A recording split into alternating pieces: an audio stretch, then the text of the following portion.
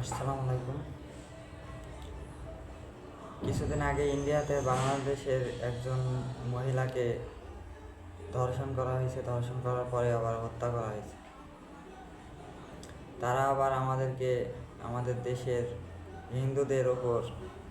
হিন্দুদের নিয়ে বিভিন্ন ধরনের কথা কয়। আমরা নাকি হিন্দুদের নির্যাতন করি, আমরা নাকি হিন্দুদের ঘর জ্বালাই দিই, আমরা নাকি হিন্দুদের ঘর পোড়াই দিই। আর তারা আমাদের দেশের নাগরিকদের সীমান্তে হত্যা করে। আমাদের দেশের নাগরিকদের সীমান্ত থেকে তুলে নিয়ে যাওয়ার পরেও সে পিটায়া হত্যা করে।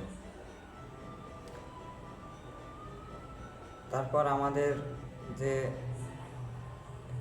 আপুকে হত্যা করা হলো ইন্ডিয়াতে, ধর্ষণ করার পর নৃশংসভাবে যে হত্যা করা হয়েছে, এগুলো তো আছেই। তারপরে বিভিন্ন দল ইন্ডিয়ার পক্ষ হয়েই যে নির্বাচন করতেছে, এরা হচ্ছে আবার আওয়ামী লীগের মতো স্বৈরশাসন প্রতিষ্ঠা করতে চায় ইন্ডিয়ার সাথে মিলিত হয়ে। ইন্ডিয়া যেভাবে চায় তারা সেভাবেই কাজ করতে চায়। তারা এখন ইন্ডিয়ার কথা শুনিয়ে নির্বাচন। বাংলাদেশের প্রেক্ষাপটে এই মুহূর্তে সংস্কার ছাড়া নির্বাচন দেওয়া সম্ভব না। আগে সংস্কার করতে হবে, তারপরে নির্বাচন। বাংলাদেশ পুলিশ যেহেতু এখন কোনো ধরনের কাজ করতেছে না, তারা বিভিন্ন দলের হয়ে লেজুর ভিত্তিক কাজ করে অভ্যস্ত। তাদের বিরুদ্ধে ব্যবস্থা নেওয়া উচিত। যেসব পুলিশ তাদের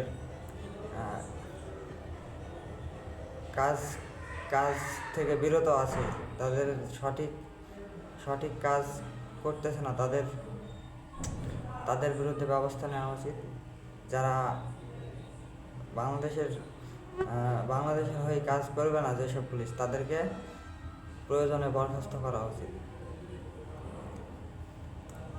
না হলে দেশের যে এখন পরিস্থিতি, চারিদিকে চাঁদাবাজি, সন্ত্রাসী, নৈরাজ্য যেভাবে সৃষ্টি হয়েছে, এতে সাধারণ মানুষ চরমভাবে উদ্বিগ্ন। কোথাও কোনো জায়গায় শান্তি নাই। এই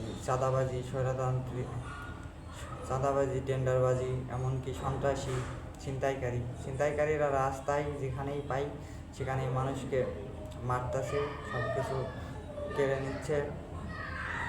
এসব বিষয়ে সাধারণ জনগণকে সচেতন হওয়া প্রয়োজন।